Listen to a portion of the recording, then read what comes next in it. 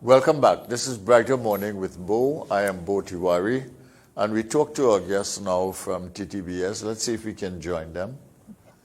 Hello, good morning. Hi, good morning. Morning, Dr. Kravatzky. How are you? Very well, thank you. Thank you for being a guest on Brighter Morning with Bo. And Ms. Ramachala, is that, did I get the pronunciation correct? Good evening. It is Ramachala. So close Ram, enough. Ram, Ramachala. Ramla, Ramachala. Ramachala. Sorry. Yes. So I missed the A first. Let's correct it. Ramachala. Okay? Thank you very much for being on the program. Now, I was told that there is a new standard called ISO 37000. I'm familiar with the ISO and how that evolved and emerged, etc. But that new standard, ISO 37000, is about governance. Could you talk about that a little bit and why it's so important for you? Okay. So I will start. Go ahead. Okay, Maxwell, I'll just start. So it is the first international standard for governance of organizations, and TTBS, through its National Mirror Committee, and Axel will go into some details, would have played an integral role in establishing and working with the international community to develop this international standard. So TTBS is the full member body of ISO and represents the national interest. And I will turn it over to Axel to go into some of the technical details. Okay. Thank you very much. Dr. Kravatzky? Yes. Right. So the way it works, so at the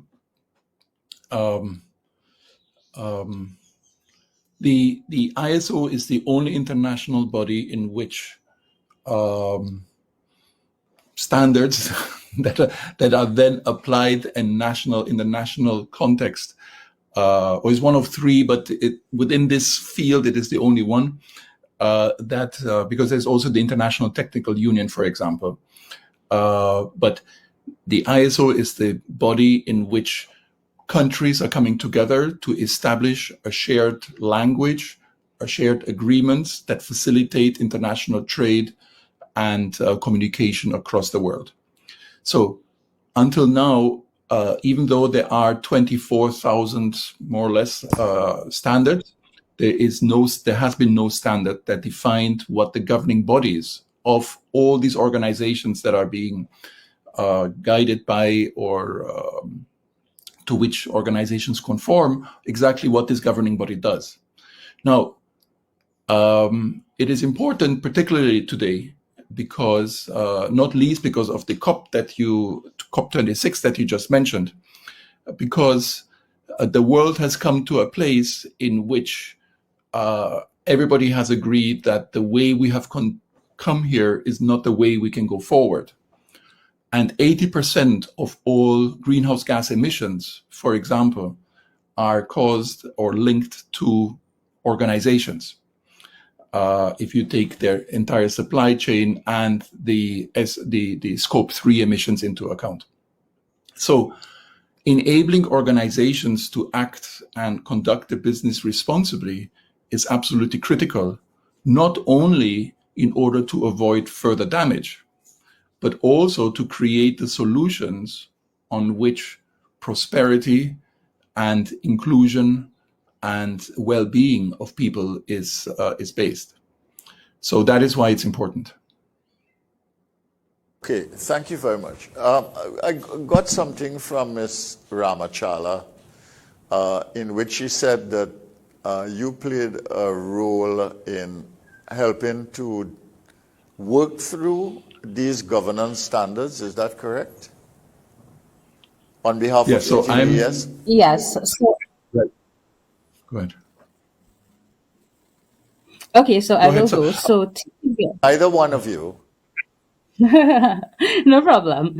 So TTBS, the Bureau of Standards, is the full member of ISO for the country. we represent the national interest in international standardization, and we work with a network of experts locally to participate in the international standards development process.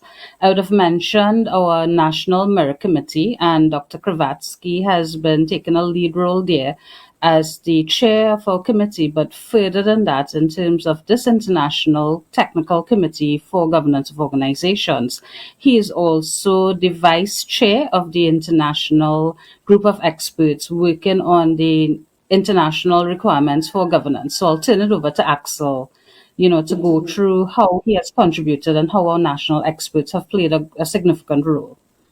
Yeah, I'd be very interested in that, Dr. I think it's Yes. an important thing that you play a role there. That Trinidad and Yes. Tobago is involved in actually helping to determine some of the elements of the standards. Yes. So for the past 4.5 years, close to 5 years, I've been involved as the co-convener of the working group within the technical committee that has drafted this standard. There was a year of preparation, and then the process took itself 4 years. And I was also the editor of the standard. And we have received a total of of more than 1,500 comments.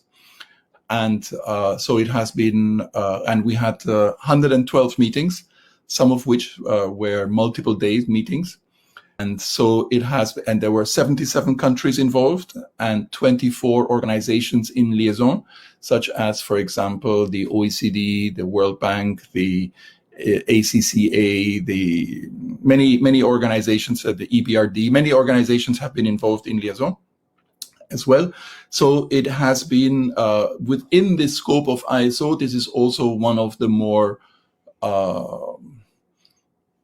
one of the larger technical committees, or is well attended by. There are many members in this, and that has been my contribution there. What is the defining element, Dr. Kravatzky, of these governance standards that have been established under 37,000? What is the defining element? What is critical about it? Yeah, the most critical element is that every organization, no matter how small, has a governing body. It doesn't have to have a separate board of directors. The people who are ultimately accountable for the whole organization are its governing body. And the primary principle of governance is that every organization has a meaningful purpose to fulfill. And it is this purpose, this meaningful purpose, that is at the center of the governance and the center of all organizations need to do.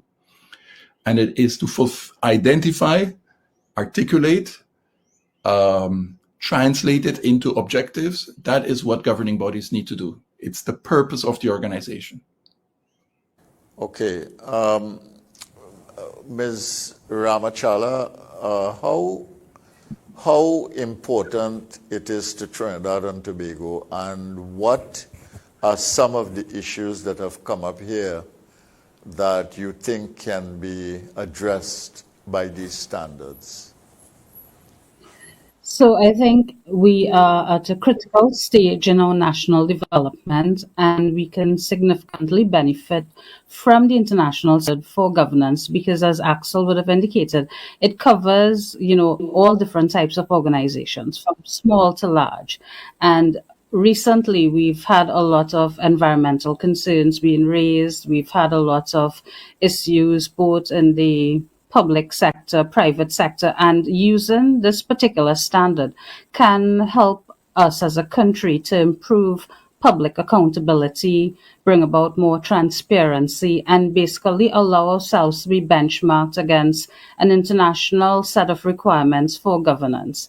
One of the things that is also important in the standard itself would be it is principle based, and there are a number of key principles. For example, stakeholder engagement, how you look at governance for the boards, and also how you look at environmental and social issues. So I think having this international reference, this international framework for governance will greatly help organizations address the environmental, social, and governance aspects that we need to demonstrate to our international partners. It's not just from a trade perspective, but looking at sources of funding for various projects, etc.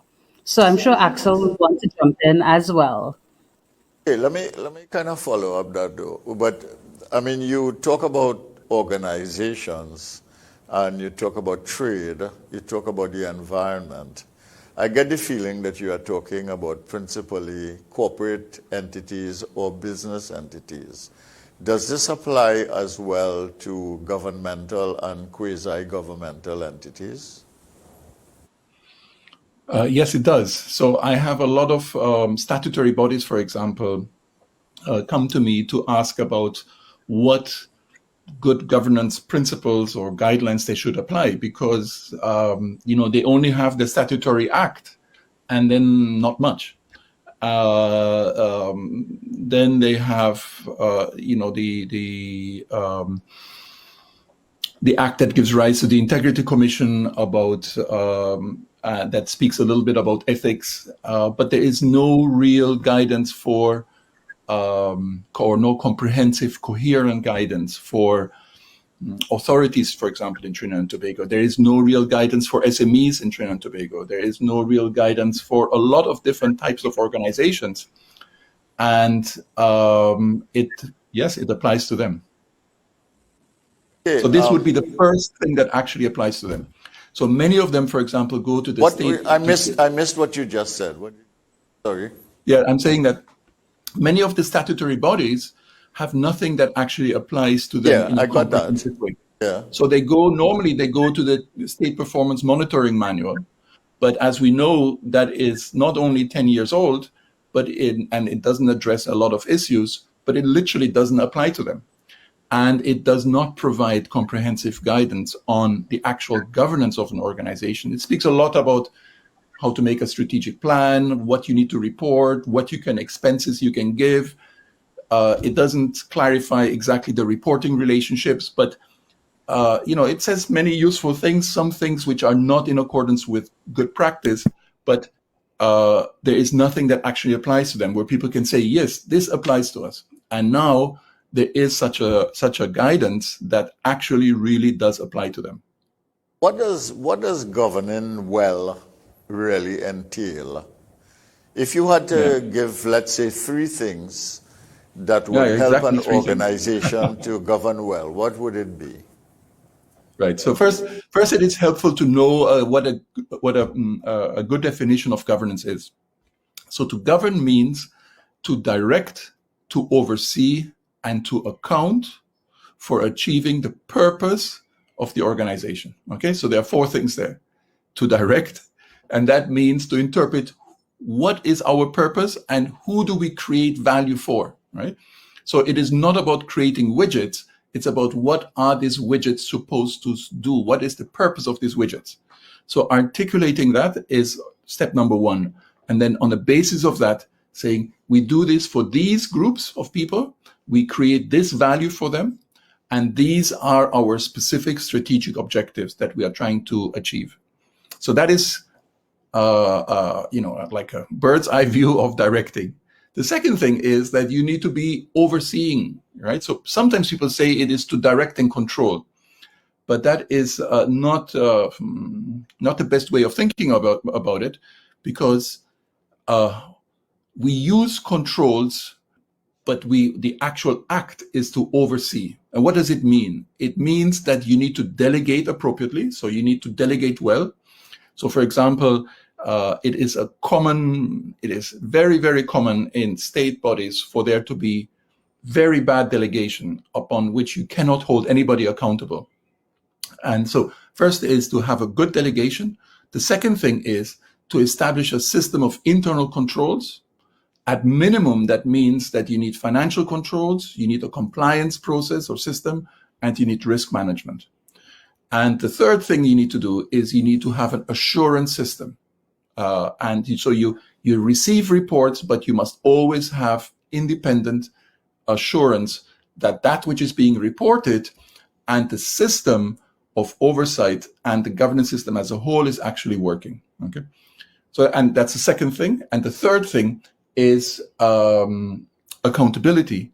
And there are two aspects to accountability. The first is to hold those inside the organization to account. So anybody that you have delegated to, you need to be able to hold to account.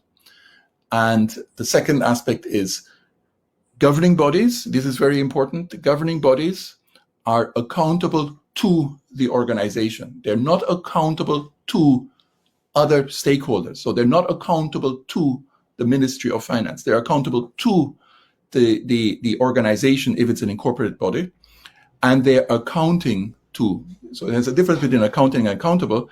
But the reason that's important is because it gives you a clear notion as to what are you really responsible for. You're responsible for the whole organization, and you're accountable to fulfilling the purpose of the organization. So having these things clear would solve half the bacchanal on many boards, because it would be clear as to what they're working towards. There's so many things going through my head as you speak there, but I don't want to land you in controversy, although I will perhaps raise some of those before I go. I want to ask, what is effective performance? Ms. Ramachala, would you like to address that? What is effective performance? I mean, you run an organization and you establish standards for the organization. What is effective performance? Axel would have touched on some of the high points, or, in terms of strategic planning and defining that purpose and vision and demonstrating that the organization is living up to these ideals. But, in the context of the standard, it looks at what are the governance outcomes. And three of the governance outcomes listed in the standard would be responsible stewardship, ethical behavior, and effective performance. So for any organization, I think we need to address all these different dimensions and demonstrate that we have put in the systems through a lot of the principles established in the standard for effective performance. But I'm sure that Axel will also want to touch on that, because the standard deals with so many different aspects that as an organization that we'd want to cover, social responsibility, the risk governance, how we address data and use data in our decision making, how we engage stakeholders and show that we are operating in an openly transparent manner as far as necessary, and also having leadership. And I wouldn't want to qualify leadership, because it really depends on what is the overall purpose, the vision of the company, and how we engage with our stakeholders to make the impact that we are expected to. So on that note, I tell you, I will also send it over to Axel to define some of these. I want to ask a direct question of Dr. Kravatzky, which is how do you ensure or create the conditions for ethical conduct in an organization? How do you protect the integrity of the organization to its purpose, and basically ensure ethical conduct in the execution of its mandate? Yes. So the first thing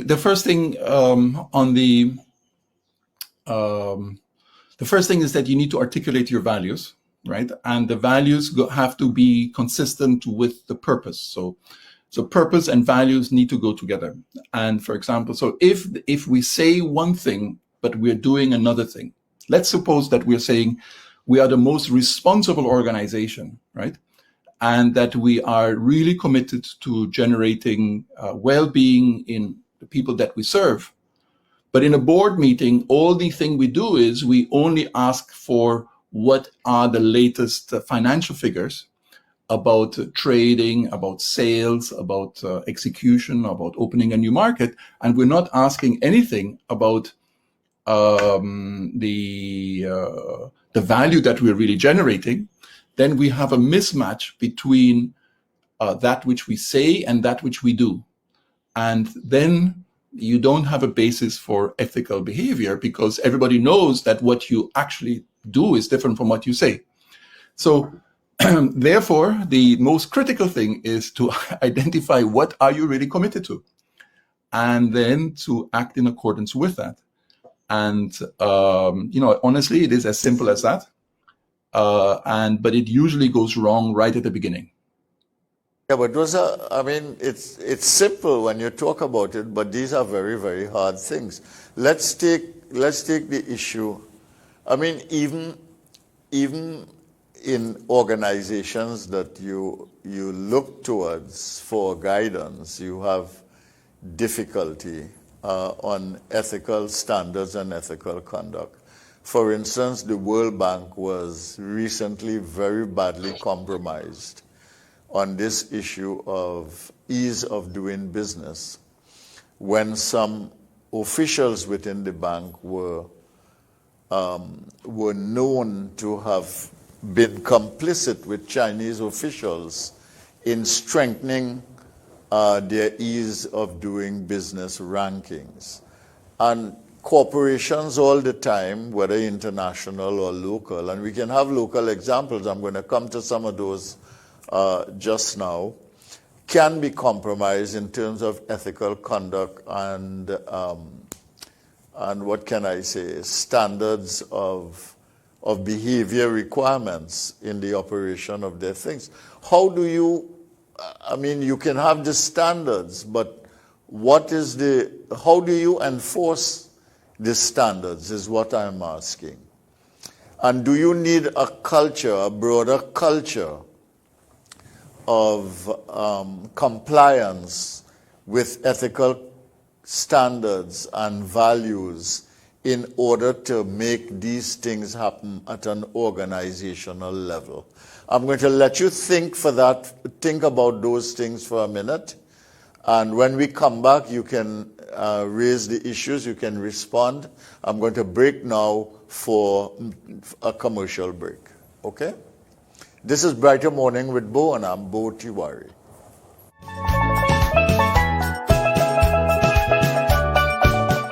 Welcome to Lifetime Solutions, where you can trust your roof to us. Our services include custom fabrication, steel framing, roofing installation, on-site roll forming, roofing maintenance and services. Call 223-ROOF or 223-7663 for a quote today, or visit our website www.lifetimesolutions.tt.com. Lifetime Solutions. You can trust your roof to us. Call 223-ROOF or 223-7663 for a quote today, or visit our website www.lifetimesolutions.tt.com.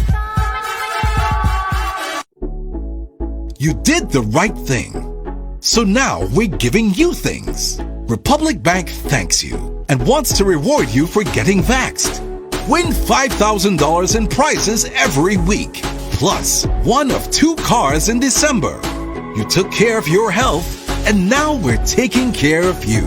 $5,000 and a chance to win a car. See press and log on to republictt.com for details. Mangalese Trading Company Limited. Specialist in PVC ceiling, gypsum ceiling, suspended ceilings, medallions, lights, metal framings, and SPCS flooring, known as vinyl plank. Now introducing Mangalese Foods, wholesale and retail, distributor of the family brand food items. Our range of products include rice, sugar, chickpeas, split peas, and soybean oil. Mangalese Foods deliver exceptional products. We offer timely and efficient service. We are located at 9 Francis Lala Road, Charlieville, Chaguanas. Contact us at 672-9889, 740-5569, or 336-4373. Mangalese Trading Company Limited. Your house is more than just a home. It's the new normal. It's your place of work, your kid's school, and even your gym. It's where you and your family spend most of your time. With over 43 years in the building service industry, let Magic Mist Services Limited take care of your home cleaning and maintenance needs. From ceiling to floor, interior and exterior, allowing you to focus on what matters most to you. Give us a call. Magic Mist Services Limited, your total facilities management solutions provider.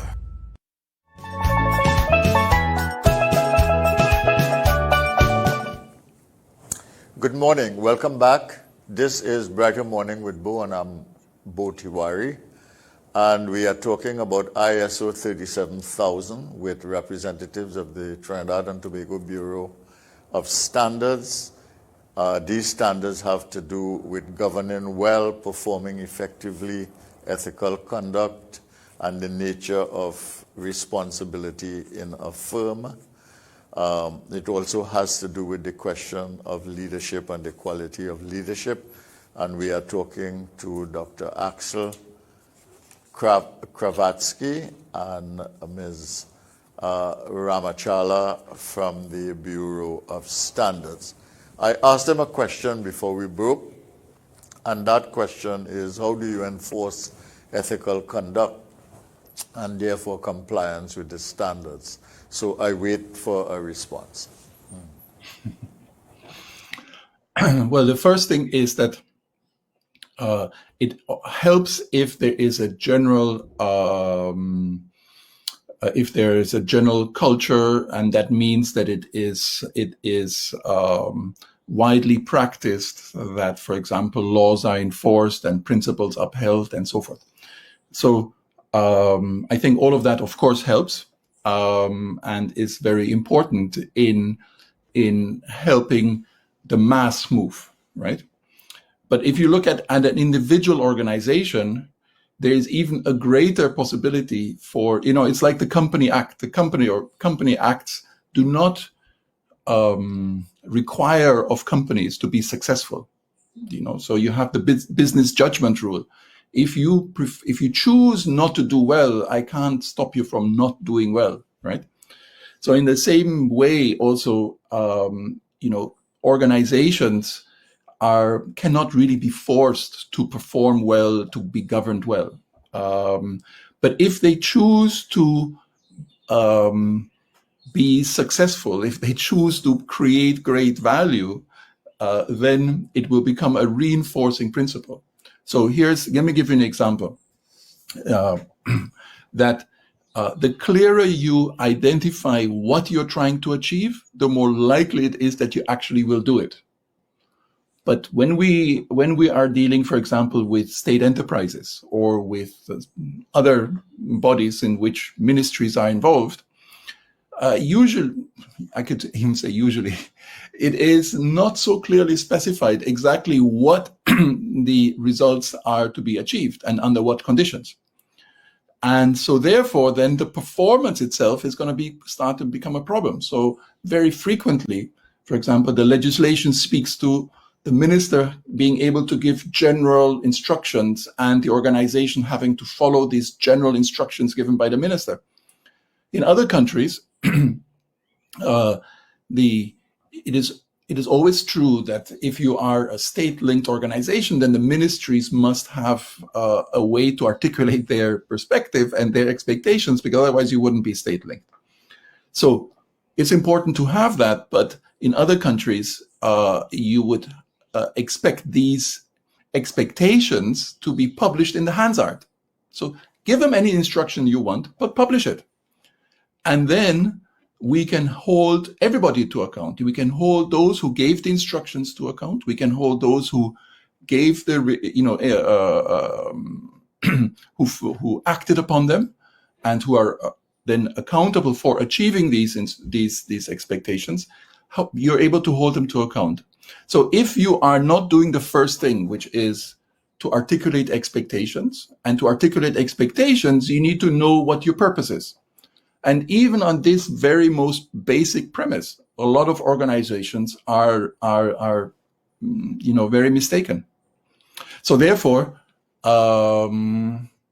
it is difficult because you are giving multiple directions with conflicting objectives, and you are not creating a conditions in which people can actually perform well, because they have a clear target, they have clear values, they have clear policies within which they need to be operating. Yeah, Ms. Ramachala, you want to add anything to that? I just wanted to bring in some of the standards perspectives. So while we have the ISO standard for governance, there are a number of supporting standards that will help in monitoring ethical behavior. And I'll just like to touch on some of them. So there's the ISO 37001, and it covers anti-bribery management systems. And then there's 37002 that covers whistleblowing management systems. And while it is very difficult to regulate ethical behavior, having some of these management systems will help an organization define the policies, their targets, and the framework in which to operate. Because there's also the ISO 37301, which covers compliance management systems, and it provides requirements with guidance for use. So the use of this totality of standards to support governance will help the organization streamline, as Axel indicated, their values, their purpose, and what is the operating environment. And to assist with that, the ISO technical committee is also working on additional standards that would cover things like metrics, so that clear measurement framework, and also provide that support and structure through the international system standards to help define the criteria for organizations moving forward with better social responsibility, environmental sustainability.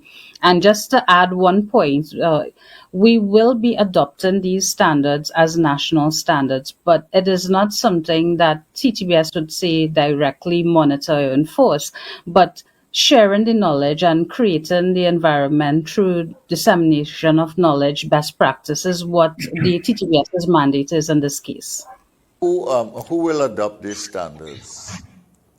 Okay, so we have a National Mirror Committee comprising a group of experts. We have Dr. Kravatzky chairing. We also have the University of the West Indies, some NGOs.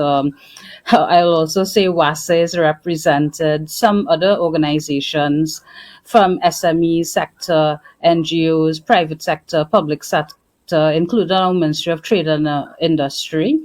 We will work as a committee, and we have been contributing to the international work, and we will take it into the framework of our national standards using the Standards Act as a guideline. So what we would normally do is issue for comment again at the national level, or allow stakeholders to provide additional feedback. But the most critical point of our stakeholder consultations would be to sensitize persons that this best practice, so this body of best practice, exists for governance. And then the standards will be declared by the TTBS, so get an approval from our board of directors, and then finally published as national standards, showing that we are demonstrating our commitment to the international standardization community and that overall commitment to improving governance in the country as well. Right. There are two issues, one in the private sector, in a state organization. I say private sector because it's a corporate entity, and the other one is in the public sector under constitutional rules. And as I said, I am not going to be unfair to you and try and drag you into political issues, but I do want to ask whether these standards would apply to those entities, and given the controversies that have emerged, how will they connect? Let's say the first one is in NGC, where issues have arisen about a board seeking to be indemnified by the state, in this particular instance, Corporation Seoul. I'm not going into the issues. I'm just dealing with the principle. And the second one has been the situation with the Public Service Commission, in which the compromise of that institution has been so severe, you had a resignation of every single member, an attempt now to put it back together through the parliamentary system. Now, would your standards be able to be taken into account in instances such as this? And therefore, what is the value of what you are doing in instances such as this? Right. So the first thing to be also clear on is that there is a hierarchy of precedents. So Yes. there's international law, which is mandatory, which is national laws, which are mandatory. Then there are regulations and statutory obligations, which are also mandatory. And then you can have voluntary regulations. Yes. And the ISO fits within this voluntary part. But everything else that's come before it is mandatory. So, and then the last part is that you develop internal policies through which you're able to, and regulations through which you are able to, and processes through which you are able to apply all the above. So in many situations, there is this, there are things that come before it that may need to be worked on, right? And because they have precedent. But it is helpful to think about what are the processes and systems by which we should be working together. So, for example, in basic things, like, for example, what is good delegation? How should we delegate? What does accountability mean? Who are you accountable to? These very basic notions. And even what does governing mean? What are the responsibilities? All these kind of things. Those are all now internationally defined and agreed upon in worldwide consensus. And so therefore it adds a great deal to the discussion, because now we have a firm basis on which we can build and have company specific discussions between the different stakeholders. All right, Ms. Ramachala, we're coming to the end of the program and we're going to have to break. I just wanted to give you the last word on this as a manager in TTBS. Is there anything that you would like to say in relation to my question, or anything else you want to add? So, as TTBS, given that we are issuing these national standards, we will be looking at, the promotion and dissemination of the best practices through these international standards, and work with our line ministry, the Ministry of Trade and Industry, to see how we can influence the structures and the systems that exist that need some improvement moving forward. I mean, Axel would have mentioned the issue of precedents, and yes, there are some legal systems, but there's certainly room for improvement through the application of these international standards. It is very difficult to regulate some aspects, ethical behavior, governance would probably fall in that sphere, but through the application of these standards and finding a fit for these international standards within the national structures will certainly help improve the process moving forward. I wouldn't necessarily want to comment on what is happening now, but it does provide a framework, these international standards, for improvement in our governance practices throughout the public and the private sector. Yeah, I understand you, and as I said, I won't try to put you in any kind of compromising position. But when something happens at the World Bank which sets a bad precedent, that does not really help the situation. When something happens at a governmental level in a country, which basically undermines any approach such as you are advocating, that also is not helpful, whether it is Trinidad and Tobago and elsewhere. And I just wanted to stress the importance of context and precedents for making those elements that you are proposing, which I endorse and support. Those are very important things for the integrity of systems and for the quality of governance.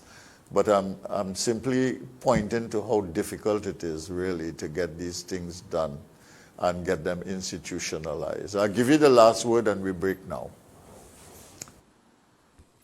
Yeah. So the only last thing I would say is that it is in the organization's own interest. So you will make more money, you will be more successful if you govern well, because you have a clear target.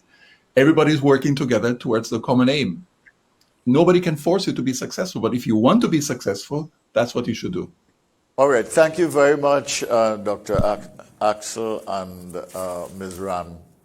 Ramachala, and the Trinidad and Tobago Bureau of Standards for engaging us on this important issue today. This is Brighter Morning with Bo, and I am Bo Tiwari. See you tomorrow.